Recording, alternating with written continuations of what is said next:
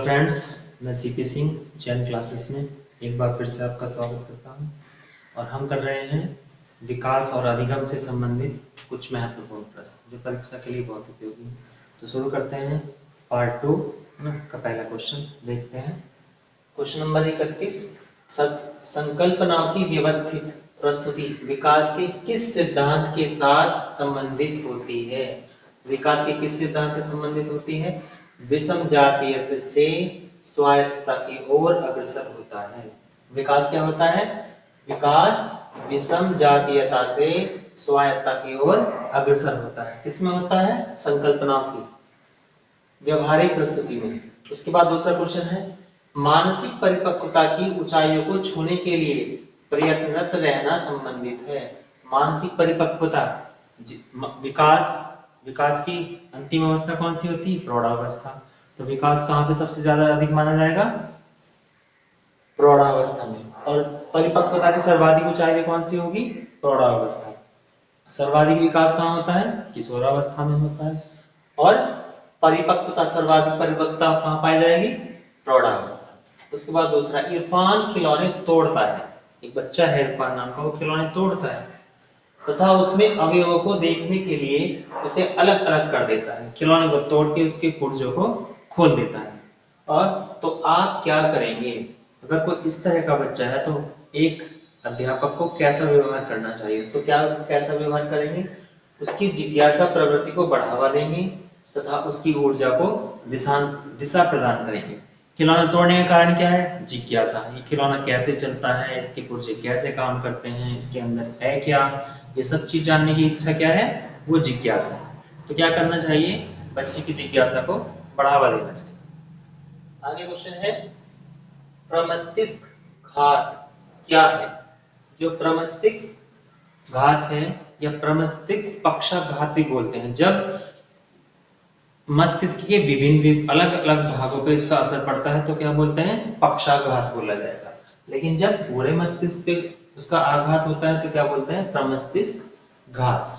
तो क्या होता है? विकासात्मक विकार होता है। और विकार कहाँ से प्रारंभ होता है? और ये विकार जो प्रारंभ होता है ये गर्भावस्था से होता है।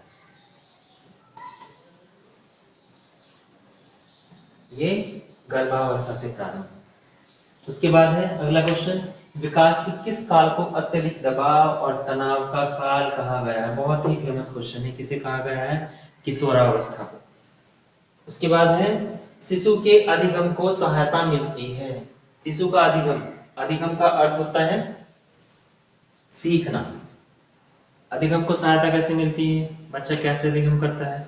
यानी कि देख के, सुन के और अनुकरण करके। अनुकरण का मतलब होता है जैसे हम कर रहे हैं वैसे ही उसकी नकल करना। और अभिप्रेरणा और पुरस्कार, अच्छा काम करेंगे पुरस्कार मिलेगा तो क्या होगा? उसका मनोबल में वृद्धि होगी, उसे अभिप्रेरणा प्राप्त होगी। तो अधिगम का स्तर कैसा हो जाएगा? उसका बच्चे का अधिगम स्तर बढ़ेगा। उसके बाद है, 14 वर्षीय रेणुका अपने आप पृथक व स्वनियंत्रित व्यक्तित्व की भावना को विकसित करने का प्रयास कर रही है। वह विकसित कर रही है। क्या विकसित कर रही है? स्वायत्तता को विकसित कर रही है। अगला क्वेश्चन है, राधा का पहला बच्चा 18 महीने में चलने लगा। उसका दूसरा बच्चा अभी 12 महीने का है और अभी भी नहीं चल रहा है। पहला बच्चा 10 महीने में चलने लगा, उसका जो दूसरा बच्चा है वो 12 महीने में भी नहीं चल रहा है और वह दुखी या चिंतित नहीं है। ऐसा क्या कारण है कि वो सोच रही है कि चलने लगेगा? तो क्या कारण है कि बच्चा 18 महीने तक जो चलने की उसकी प्रक्रिया होती है, 18 महीने तक बच्चा अपनी चलने की प्रक्रिया को पूर्ण कर लेता है। पहले बच्चे ने 10 महीने में प्रारंभ कर लिया, दूसरा बच्चा अभी 12 महीने का हो चुका है लेकिन नहीं कर पा रहा है। तो क्या है? 18 महीने तक का समय है कि बच्चा अपने चलने की प्रक्रिया को पूर्ण कर सकता है। तो इसलिए वो दुखी या चिंतित नहीं है। तो क्या जानती है? वह जानती है कि चलने के लिए, विकास के लिए वह अभी सामान्य समयबद्ध के अंतर है। यानी कि बच्चा अभी 12 महीने का है तो कब तक चल सकता है? वो 18 महीने से पहले, 18 महीने का पूरा होने के बाद भी चल सकता है। उसके बाद है, प्रारंभिक बाल्यावस्था अवधि के दौरान उन भूमिकाओं एवं व्यवहारों के विषय में जानकारी प्रदान करते हैं जो एक समूह में स्वीकार्य हैं। कौन सा समूह? माता पिता एवं भाई बहन। इसके बाद अगला क्वेश्चन है विकास से और बढ़ाता है। क्या है विकास का जो वृद्धि होती है वो किस ओर होती है? सामान्य से विशिष्ट की ओर। और सामान्य से विशिष्ट की ओर अगर वर्डिंग चेंज होता है तो क्या हो जाती है? एड़ी से चोटी की ओर, यानी कि सामान्य अवस्था से विशिष्ट अवस्था की ओर विकास होता है। अगला क्वेश्चन है मध्य बाल्यावस्था में भाषा के डैश बजाय डैश अधिगम है। तो जो मध्य बाल्यावस्था होती है उसमें भाषा विकास कैसे होता है? सामाजिकृत के बजाय अहम केंद्रित अधिगम होता है। किसके बजाय? सामाजिकृत के बजाय अहम केंद्रित अधिगम है। अगला क्वेश्चन है विकास और अधिगम के बीच संबंध है। ये बहुत इंपॉर्टेंट क्वेश्चन है, कई बार एग्जाम्स में पूछा भी जा चुका है। तो विकास और अधिगम के बीच संबंध कैसा संबंध है?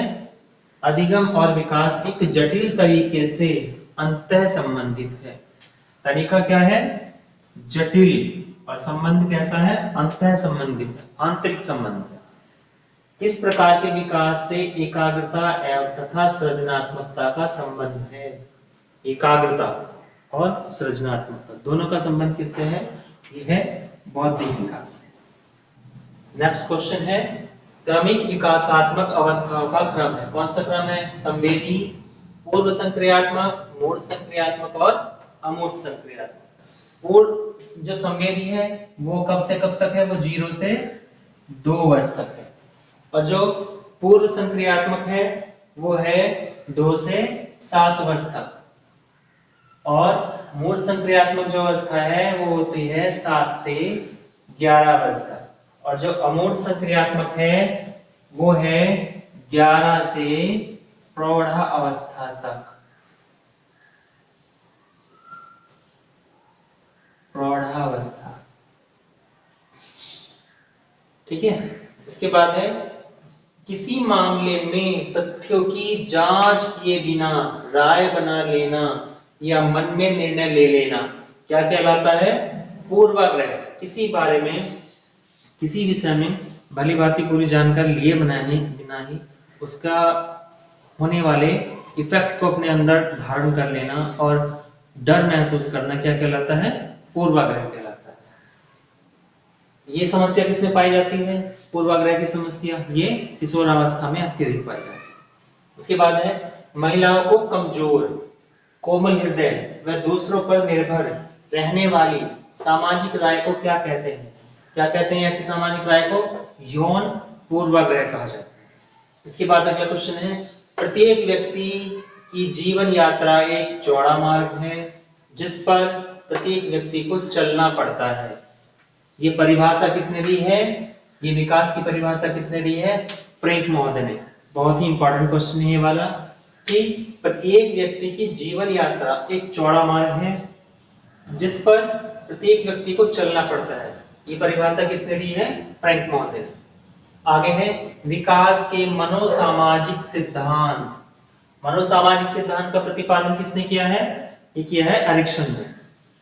किस ग्रंथि को अधिकारी ग्रंथि कहते हैं? अधिकारी ग्रंथि किसे कहते हैं?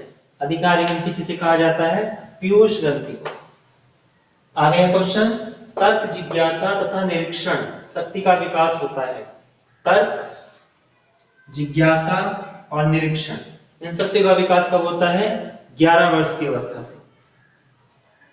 इस अवस्था में बालकों में नई खोज करने और घूमने की प्रवृत्ति बहुत अधिक बढ़ जाती है। नई खोज करने की और घूमने की प्रवृत्ति कौन सी अवस्था में बढ़ जाती है? बाल्यावस्था। नंबर 52 है डैश की अवस्था तक बालक की दृष्टि एवं श्रवण इंद्रियां पूर्ण विकसित हो चुकी होती हैं। कौन सी? एक तो देखने की और दूसरी सुनने की। और दोनों का क्या?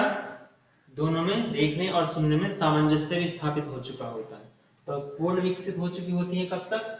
3 से 4 वर्ष तक। अगला क्वेश्चन है कक्षा 1 और 2 स्तर के बच्चे कक्षा 1 और 2 स्तर के बच्चों के लिए क्या है, कैसे सीखते हैं, मूर्त अनुभव से शीघ्र सीखते हैं, जल्दी सीख जाते हैं। धारण करने की क्षमता मूर्त अनुभव से जल्दी हो जाती है। तो 1 और 2 के बच्चे की सब कौन सी टेक्निक से जल्दी सीखते हैं, वो है मूर्त अनुभव से। उसके बाद है एक बच्चे की विकास में वृद्धि के अध्ययन हुई सर्वाधिक अच्छी विधि कौन सी है। विकास कितना हो रहा है, कैसे हो रहा है, कब हो रहा है, इस अध्ययन की विधि सबसे अच्छी कौन सी है, वो विधि है विकासीय विधि। भाषा विकास के लिए प्रारंभिक बचपन काल है, जो भाषा विकास है उसका जो बचपन काल है प्रारंभिक, वो कैसा होता है, वो अति संवेदनशील होता है। क्यों होता है, क्योंकि जैसे वातावरण में बच्चा रहता है वैसा ही अनुकरण करता है, जैसा सुनता है वैसा ही अनुकरण करता है। तो वातावरण का और स्थानीय परिवेश का बहुत अधिक प्रभाव होता है। तो इसलिए क्या होता है, भाषा विकास के प्रारंभिक बचपन कैसा है, अति संवेदनशील। मध्य बचपन अवधि कितनी है, मध्य बचपन अवधि है 2 से 6 वर्ष तक। आगे क्वेश्चन, मूर्त संक्रियात्मक अवस्था की समय अवधि क्या है। अमूर्त संक्रियात्मक की समय अवधि क्या है, 11 वर्ष से प्रारंभ होती है और प्रौढ़ा अवस्था तक, 11 वर्ष से प्रौढ़ा अवस्था तक अमूर्त संक्रियात्मक अवस्था। एक ट्राइसोमी 21 क्या है, ट्राइसोमी 21 क्या है, ट्राइसोमी 21 क्या है, एक अनुवांशिक विकार जो वंशानुक्रम के साथ चलता है। क्या होता है इसमें, चेहरे की बनावट में थोड़ी विकृति पाई जाती है और अल्प मात्रा में बुद्धि क्षीणता पाई जाती है। क्वेश्चन नंबर 59 है, मन का मानचित्र संबंधित है। मन का मानचित्र किससे संबंधित है, मन की क्रियाशीलता पर अनुसंसाधन से। मन का मानचित्र संबंधित है मन की क्रियाशीलता पर अनुसंसाधन से। इसके बाद अवधारणाओं का विकास मुख्य रूप से डैश का हिस्सा है। अवधारणा का विकास मुख्य रूप से किसका हिस्सा है, यह है बौद्धिक विकास का। पुरुष स्त्रियों की अपेक्षा ज्यादा बुद्धिमान होते हैं। इस क्वेश्चन को आप देखते समझ गए होंगे, क्या है ये, लैंगिक पूर्वाग्रह या लिंग पूर्वाग्रह। मानसिक स्वास्थ्य का लक्षण है, मानसिक स्वास्थ्य, मानसिक संतुलन, मानसिक स्वास्थ्य का लक्षण क्या है, वह है सहनशीलता, सामंजस्य की योग्यता और आत्मविश्वास। संवेगात्मक बुद्धि बुद्धि लब्धि से अधिक महत्वपूर्ण क्यों, एक पुस्तक का नाम है कि संवेगात्मक बुद्धि बुद्धि लब्धि से अधिक महत्वपूर्ण क्यों। पुस्तक के लेखक कौन है, पुस्तक के लेखक कौन है, डेनियल गोलमैन। अगला क्वेश्चन है, संवेगों पर नियंत्रण पाने के लिए बालकों को अभ्यास कराना चाहिए। संवेगों पर नियंत्रण पाने के लिए किसका अभ्यास कराना चाहिए, आत्मानुभूति का। नेक्स्ट क्वेश्चन, कौन सा अवसर किशोरों की आवश्यकता है। किशोर किस आवश्यकता की, किस अवसर की तलाश में रहते हैं, वाद विवाद, जरा सी बात हो जाए उस पर वाद विवाद हो जाता है। तर्क, किसी बात में अपना तर्क सबसे पहले देते हैं। चर्चा, परिचर्चा में। उसके आगे है तनावों को कम करने का अप्रत्यक्ष तरीका। यहां ध्यान देंगे, अप्रत्यक्ष तरीका तनावों को कम करने का, तो क्या है, उदात्तीकरण। यह है तनावों को कम करने का अप्रत्यक्ष तरीका, उदात्तीकरण। किशोरावस्था को शैशव अवस्था का पुनरावर्तन किसने कहा है, ये किसने कहा है, ये जॉन्स ने कहा है। ज्ञानेंद्रियों के विश्राम की अवस्था मानी गई है जन्म से 2 माह तक। जो ज्ञानेंद्रिय होती हैं उनके विश्राम की अवस्था वो क्या है, जन्म से 2 माह तक। इसके बाद है, एक बालक किसी लड़की को देखकर विचार करता है कि मैंने इसे कहीं देखा है। ये कौन सा चेतन है, यह है अर्ध चेतन। इसके बाद प्रथम बाल निर्देशन केंद्र किसके द्वारा स्थापित किया गया या किसके द्वारा खोला गया, यह है विलियम हिली। स्फूर्ति अवस्था कहा जाता है, सबसे ज्यादा स्फूर्ति कौन सी अवस्था में होती है, वह है बाल्यावस्था। संवेदन ज्ञान की पहली सीढ़ी है। संवेदन या संवेदना, संवेदना ज्ञान की पहली सीढ़ी है। यह संबंधित है कौन से विकास से? मानसिक विकास। इस अवस्था को मिथ्या परिपक्वता की अवस्था भी कहा जाता है। क्या किसे कहा जाता है? मिथ्या परिपक्वता की अवस्था या मिथ्या परिपक्वता का समय, यह है बाल्यावस्था। इसके बाद है मैकडूगल के अनुसार मूल प्रवृत्ति, जिज्ञासा का संबंध, संवेग कौन सा है? तो मूल प्रवृत्ति और जिज्ञासा का संबंध कौन से संवेग से है? वो है आश्चर्य से। नेक्स्ट क्वेश्चन है परिपक्वता प्रभावित होती है। परिपक्वता किससे प्रभावित होती है? यह है प्रजातीय, वंशानुक्रम और अभिप्रेरणा। प्रजातीय, वंशानुक्रम और अभिप्रेरणा। शैशव अवस्था को सीखने का आदर्श काल किसने कहा है? ये किसने कहा है? ये वैलेंटाइन ने कहा है कि शैशव अवस्था जो है वो सीखने का सबसे आदर्श काल है। और इस कथन के कहने वाले कौन है? वैलेंटाइन। समायोजन का संबंध है, ये किससे है? सामाजिक विकास से। समायोजन कहाँ करते हैं? समाज में। तो समायोजन का संबंध किससे हो जाएगा? कौन से विकास से? सामाजिक विकास से। उसके आगे क्वेश्चन है विचारों का आंतरिक रूप। तो विचारों का आंतरिक रूप से क्या मतलब है? भावना से। भावना क्या होती है? कोई ऐसे विचार जो हमारे मन में तो हैं लेकिन हमने किसी से कहे नहीं है। जब तक हम किसी से कहे नहीं है तो वो क्या रहेगी? हमारे मन में क्या रहेगी? भावना। और भावना को क्या कहते हैं? विचारों का आंतरिक रूप। अब विचारों का बाह्य प्रकाशन। विचारों का बाह्य प्रकाशन, यहां पे अर्थ है संवेग से। संवेग क्या है? कि तीन व्यक्ति हैं, हमें जो बात तीसरे व्यक्ति से कहनी है उसका डिस्कशन हमने किससे कर दिया? दूसरे व्यक्ति से कर दिया। तो वो क्या कहलाएगा? वो संवेग कहलाएगा। और संवेग क्या कहलाएगा? विचारों का बाह्य प्रकाशन। और जब हम उसी बात को तीसरे व्यक्ति से कहते हैं, यानी कि जिससे कहने के बारे में हमने सोचा और जिससे कहने के बारे में हमने दूसरे व्यक्ति से विचार विमर्श किया, और जब हम वही बात तीसरे व्यक्ति से कह देते हैं, यानी कि जिससे हमें कहनी थी, वास्तव में जिससे कहनी थी, वास्तव में जिससे मूल रूप से कहनी थी, तो वो कौन सी हो जाती है? वो है मूल प्रवृत्ति। विचारों का क्रियात्मक रूप, यानी कि जो हमने सोचा, समझा, विचार किया और फिर क्या किया? हमने उसको अप्लाई कर दिया, यानी कि जिससे वो बात कहनी थी वो हमने उस तक पहुंचा दी। तो वो क्या हो गया हमारे पास? विचारों का क्रियात्मक रूप। और विचारों का क्रियात्मक रूप आता है मूल प्रवृत्ति से। तो साथियों, ये हमारे 80 क्वेश्चंस जो विकास की अवधारणा और अधिगम से संबंधित टॉपिक के हैं, वो 80 क्वेश्चन में हमने टॉपिक को ले समझ लीजिए कब से 99% तक पूरा कर लिया है।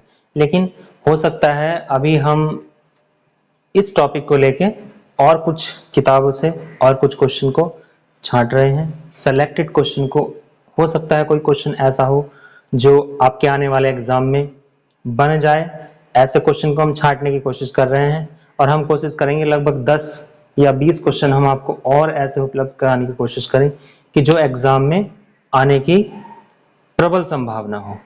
तो तब तक के लिए धन्यवाद। और अगर हमारे क्वेश्चन का संग्रह आपको अच्छा लगे तो प्लीज एक बार कमेंट जरूर कीजिए। Thank you so much.